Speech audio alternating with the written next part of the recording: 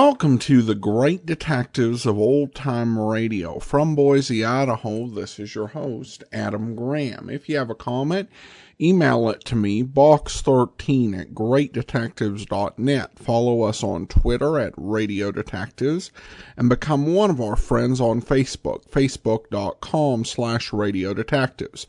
Today's program is brought to you by the financial support of our listeners, and I want to thank Nancy for supporting us as a Patreon, and at the Shamus level, and I want to welcome our latest Patreon, Garrick, at the rookie level of $2 or more per month. You can support the show on an ongoing basis at patreon.greatdetectives.net. You can also give to us on a one-time basis, support.greatdetectives.net, or if you have the Zelle service, you can send a donation to box13@greatdetectives.net, or mail in a donation to Adam Graham, P.O. Box 15913, Boise, Idaho 83715. That's P.O. Box 15913, Boise, Idaho 83715. Now it's time for today's episode of Dragnet. The original air date, February the 1st, 1953, and this one is The Big Strip. Ladies and gentlemen, the story you are about to hear is true. The names have been changed to protect the innocent.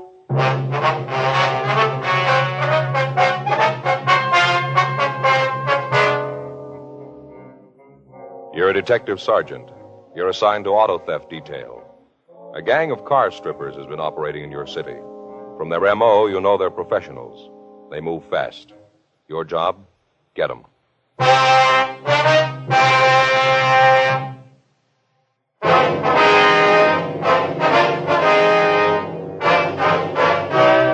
Dragnet, the documented drama of an actual crime. For the next 30 minutes, in cooperation with the Los Angeles Police Department, you will travel step by step on the side of the law through an actual case transcribed from official police files.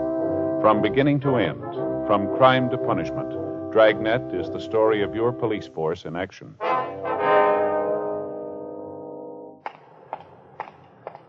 It was Tuesday, August 5th. It was warm in Los Angeles. We were working the day watch out of auto theft detail. My partner's Frank Smith. The boss is Captain Nelson. My name's Friday. I was on my way back from the telephone booth, and it was 10:23 p.m. when I got to the parking lot. Our car. You called in? Yeah, they haven't hit tonight so far. What's the time now? A little after 10:30.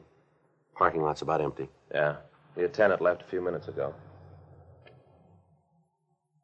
Frank? Yeah, I see him. Over there going for that Cadillac. Yeah. You got a good look at him? No, it's too dark. He's forcing the door. Come on. Right. All right, hold it up there. He's in the car, Joe. All right, hold it up. He isn't going to stop. He's heading for that intersection. He'll never get through. Come on.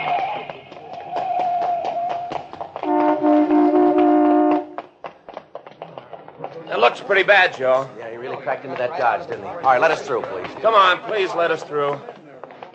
I'll check the Cadillac. Right, I'll get the other car. Okay.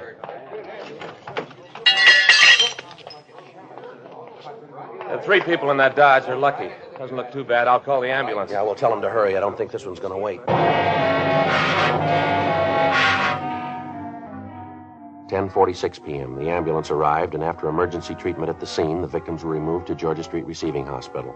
A traffic car had been dispatched to investigate the accident. Upon arrival at the emergency hospital, we were informed that the suspect had died on the way. The dead body was identified by his personal effects as Charles Roxford, age 16. The Juvenile Bureau was contacted, and they requested that in the course of our investigation, we notify the boy's family. 11:27 p.m. Frank and I drove out to the address listed on the victim's identification. It was a house above the Sunset Strip. We rang the bell and waited. I'll try it again. Yeah.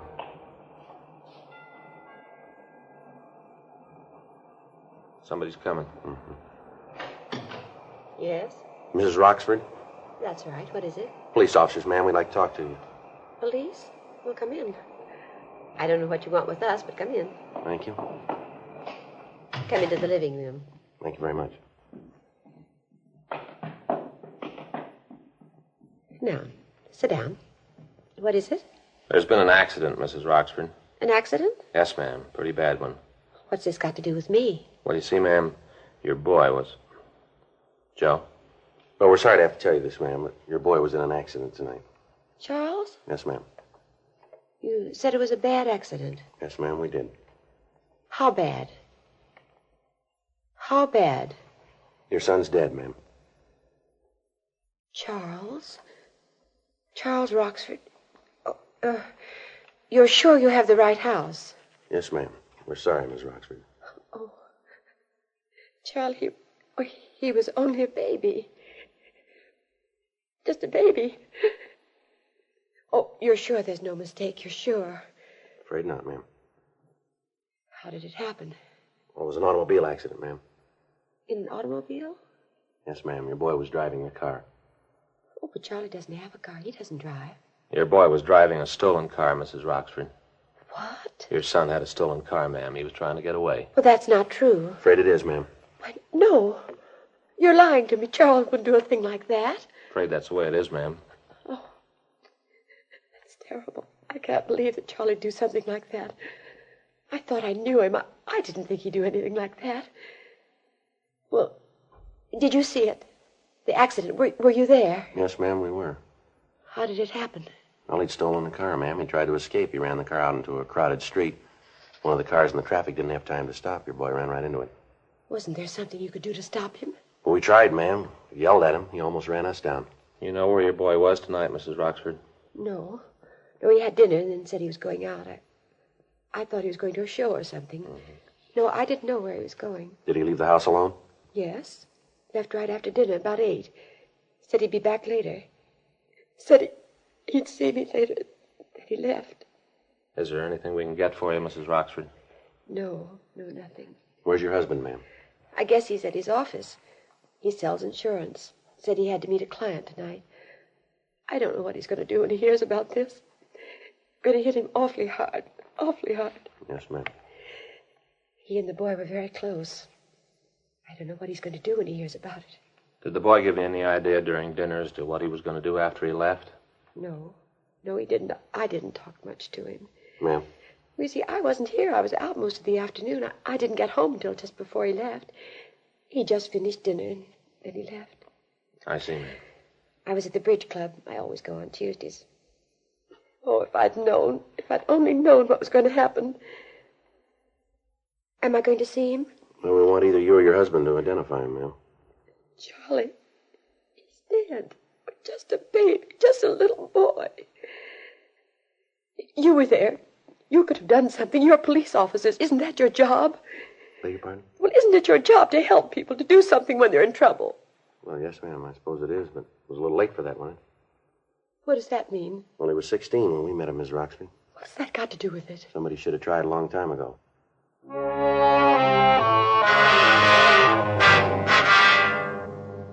Most car thefts fall into 3 basic categories, well known by all police officers. First, the cars that are stolen by professionals who change the motor numbers, forge owner certificates, repaint the bodies, and sell them throughout the country. The second group consists of joyriders, thieves who steal the cars for a few hours, merely to ride around in them and then leave them on the streets. The third category, and the one we've been working on for the past 6 weeks, dealt with the activities of car strippers. Their M.O. followed the usual pattern for this type of crime. The car would be stolen and then driven to some lonely part of the city. There, all usable accessories would be removed. Radios, tires, air horns, side mirrors, anything that could be resold would be taken. In certain cases, the articles would be stolen while the car remained parked where the owner had left it. We found that the gang had become so proficient that they could break into a car and remove the radio as well as other accessories in under 10 minutes. Avenues of sale for the stolen merchandise had been checked. Known dealers in stolen property had been questioned. As the days went on, the total of thefts went up. By the 5th of August, the gang had stolen over $12,000 in automobile accessories. In the instances where we'd been able to get a description of men loitering in the vicinity of the stripped cars, we'd had the witnesses check mug books in the hope of identifying the thieves. We'd gotten no new leads. Physical evidence at the scene of the abandoned cars had been checked and rechecked. It netted us nothing. A week passed. August 14th, 8:15 a.m. Frank and I got back to the office. The captain's really boiling, isn't he? Yeah, you can't blame them, though. They got to stop cold. Well, we gotta get a break in it sometime. All the luck can't stay on their side. I don't know. It looks like it could happen that way. Anything on the stakehouse last night? No, nothing that we got so far. Maybe something later. I get it. Auto theft Friday. I beg your pardon, ma'am? Well, no. Well, yeah. What was that again? Oh, yeah. Yeah, well, yes, ma'am. All right, what was that address again? Yes, I have a pen. Yeah, all right, well, we'll send a unit out. I'm sure they can help you. No, I'd suggest you get in touch with the SPCA. No, SPCA, yes, that's... All right, bye. Well, there's a dandy one. What's that? Woman lost a cat from her car. Want to know if we'd get it back for her. Yeah? Says it's real easy to recognize. He has a collar on him. He answers the name of Tabby. Oh, that makes it easier. Yeah. Auto theft, Smith. Yes, sir. That's right. Uh-huh. Where are you calling from, sir? Yes, sir, that's on Wilshire, right? All right, sir, we'll be right there. Anything? Yeah, a doctor out on Wilshire parked his car out in front of his office. Yeah. Came back in 10 minutes. His car radio was gone.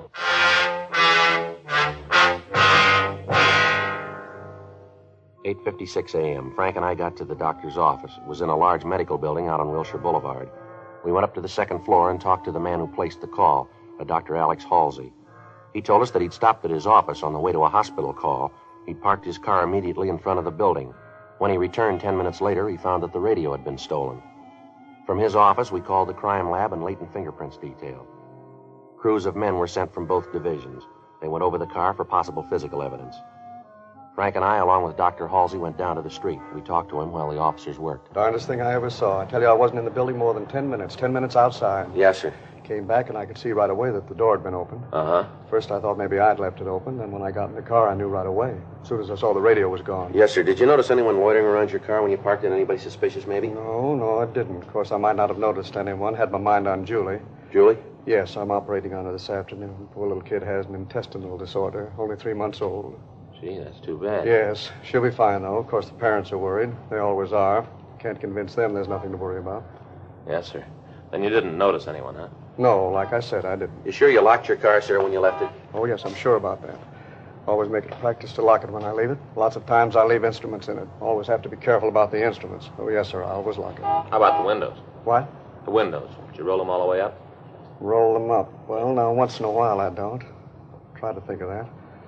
I'm not sure about this morning. No, come to think of it, I guess I didn't close them this morning. Such a wonderful day. Yes, sir. Well, that's probably how they got into your car. You happen to have the serial number of the radio, Dr. Halsey?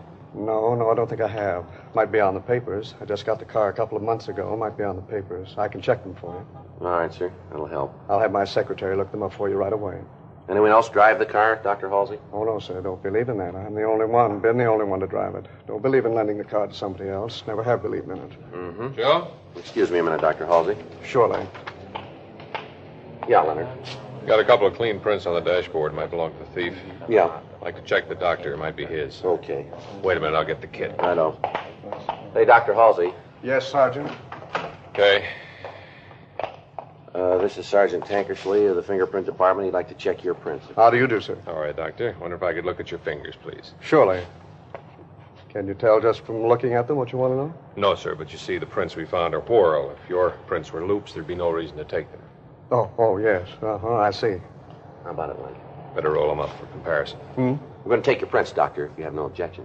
Oh, no, of course not. Glad to help. All right, sir. You want to step over here? We can take them in the officer's car. Yes, glad to.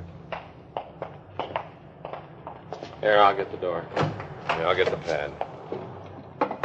Now, doctor, if you let me have your hand. Surely, here. No, sir, if you let me do it, it'd be a little easier. Oh, yes. Just trying to help. I will put them on the card. Never knew my fingers were so big. It does that we're taking the print of the whole tip of the finger, sir. Makes it look that way. Oh, I see. Uh-huh. All right, doctor, you can get the ink off with this, I think. Here, I'll pour a little on this cloth. Here you go. Yes, thank you. What do you think, Leonard? I'll check them now. Sure be a break if they were the thieves. Well, there must be. Couldn't be anyone else's. Well, how about your family, Doctor? Possible the prints could be theirs, maybe? Oh, no chance. Jenny, that's my wife. She has her own car. Kids always use that one. Like I said, I am the only one who uses this. Uh-huh. How about it, Len? Make 'em? Yeah, they belong to the doctor. 10:02 a.m. The crime lab crew gathered what physical evidence they could find and returned to check over their findings. Frank and I took a report from Dr. Halsey, and then we talked to his secretary. She was unable to find the ownership papers on the car. We drove over to the dealer who had sold him the car and got the serial number of the stolen radio. We notified pawn shop detail and gave them the information. For the next 3 weeks, stakeouts on the parking lots in the central area continued. Arrests were made, but the thieves apparently had no connection with the gang we were after. They kept hitting, but the speed with which they operated made apprehending them difficult. On Friday, September 5th, we got a call that a stolen car had been recovered out in Topanga Canyon. We drove out to check on it. The tires, radio, horns, heater, spotlights, fog lights, and the side view mirrors had been taken. The seat covers had been removed, and the hubcaps were missing. Again, there was no physical evidence that gave us a lead to the thieves. That night at 10:52 p.m., Frank and I checked back into the office. Another long day. Yeah, kind of tired myself. Kind of hate to call Faye. Why's that? Oh, this morning when I left, I told her I'd be home for dinner, sure. Well, didn't you call her? No, I forgot all about it. She's really going to be sore. Yeah, well, she'll get over it. I don't know, Joe. It's going to be a couple of days of quiet around the house, I think. Why, just because you missed a meal? No, it ain't that. She had tamale pie for dinner. Boy, she sure makes it good, too. A lot of cheese, you know? Yeah, well, she can warm it up for you when you get home. Here, go ahead. All right. You want to sign us out? I'll check the book. Yeah, I'll get it.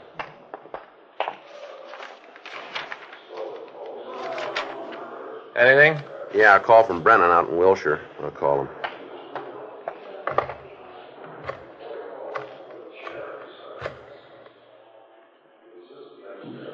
Hello, Brennan around? Yeah, all right.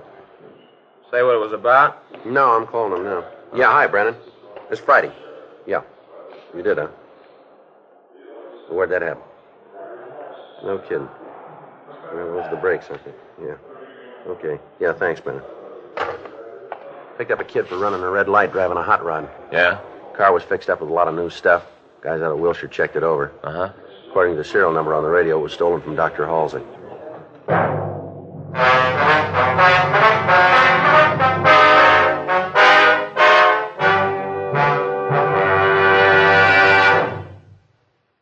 You are listening to Dragnet, the authentic story of your police force in action.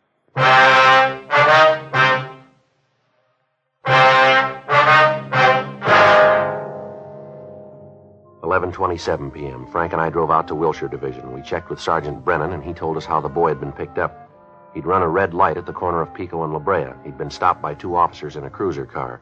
He was driving a cut-down 49 Ford that was equipped with Cadillac hubcaps, white sidewall tires, Chrysler horns, and a Cadillac radio. The officers had started to question him, and he'd attempted to escape.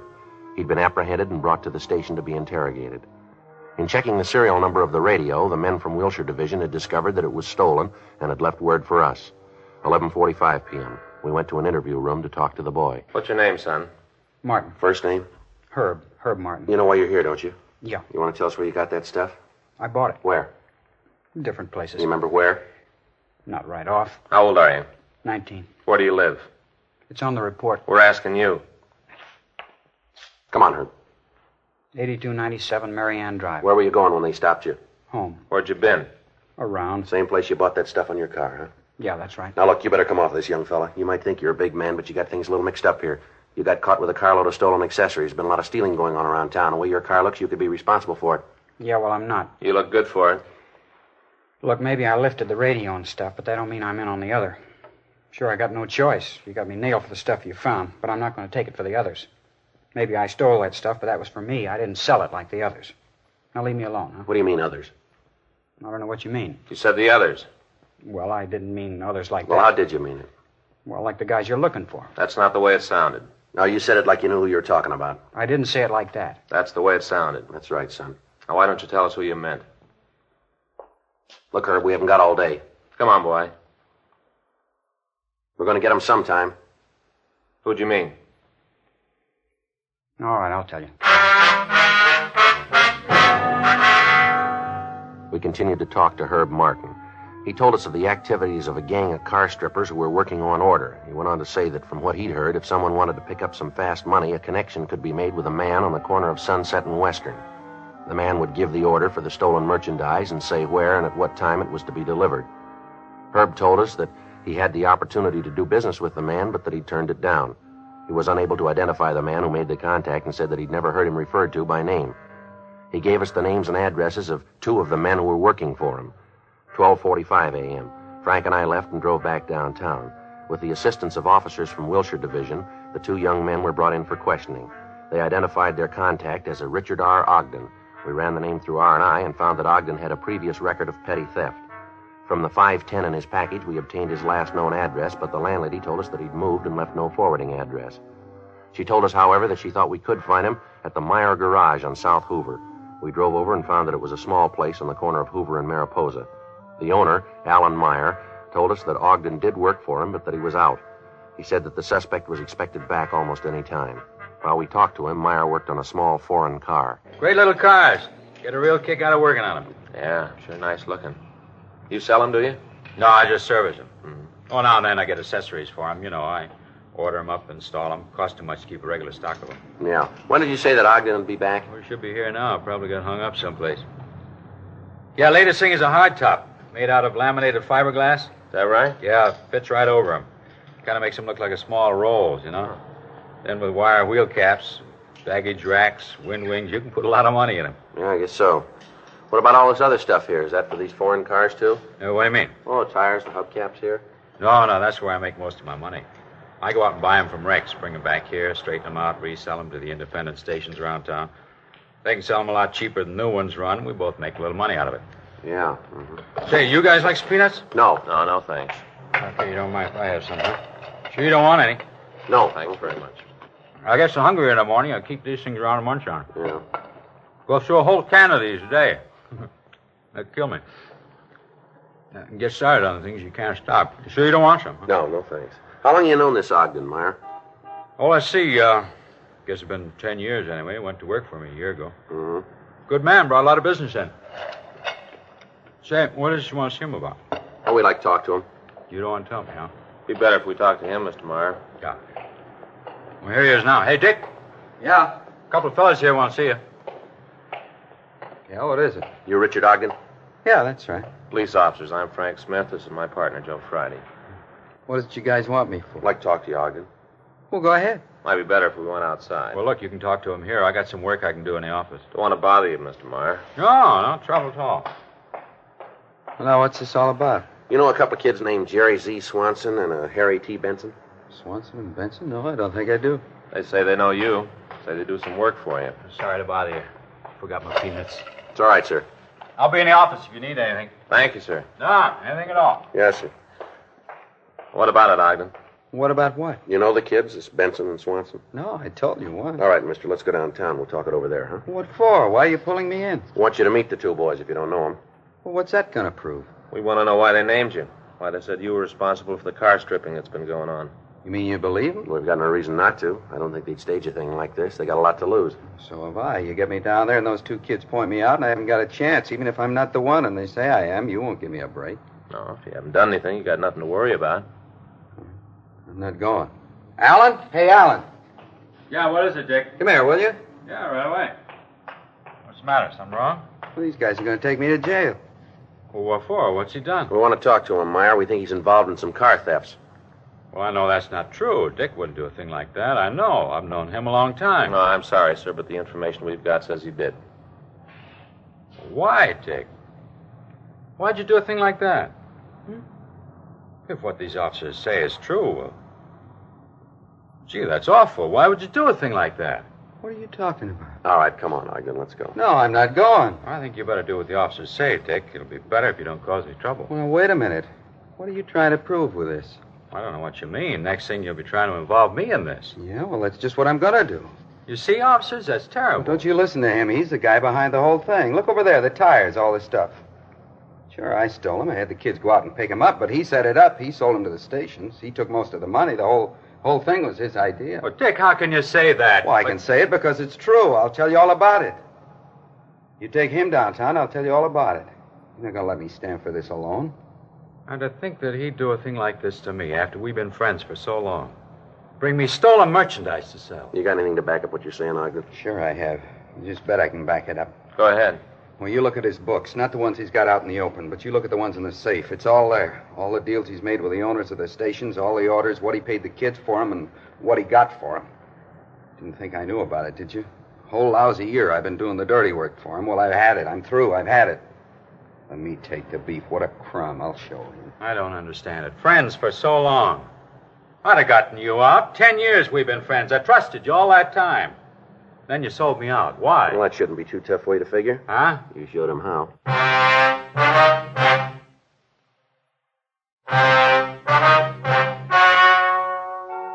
The story you have just heard was true. The names were changed to protect the innocent. On January 21st, trial was held in Department 87, Superior Court of the State of California, in and for the County of Los Angeles. In a moment, the results of that trial.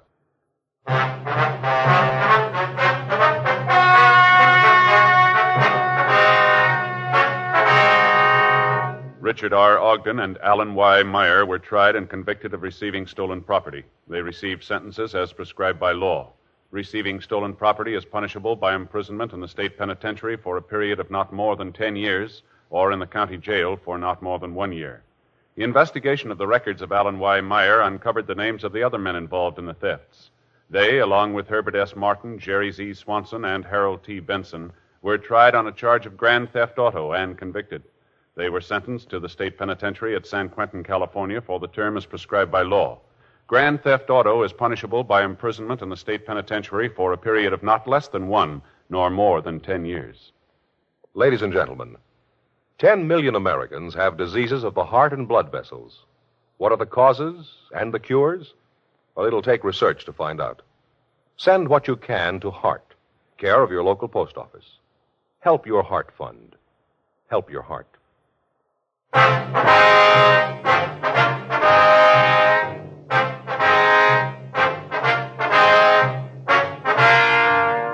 You have just heard Dragnet, a series of authentic cases from official files.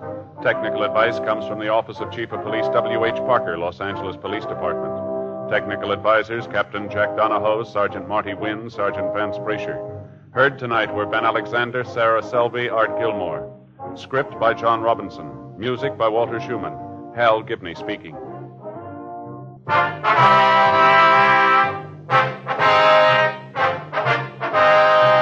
Tonight, it's Adventure with Barry Craig, confidential investigator on NBC.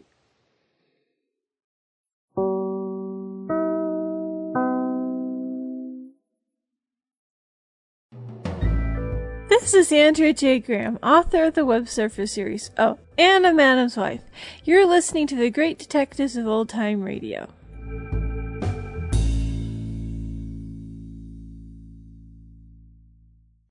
Welcome back. Well, all it took was an unsteady Confederate to cause the mastermind behind this car stripping scheme to be brought to justice.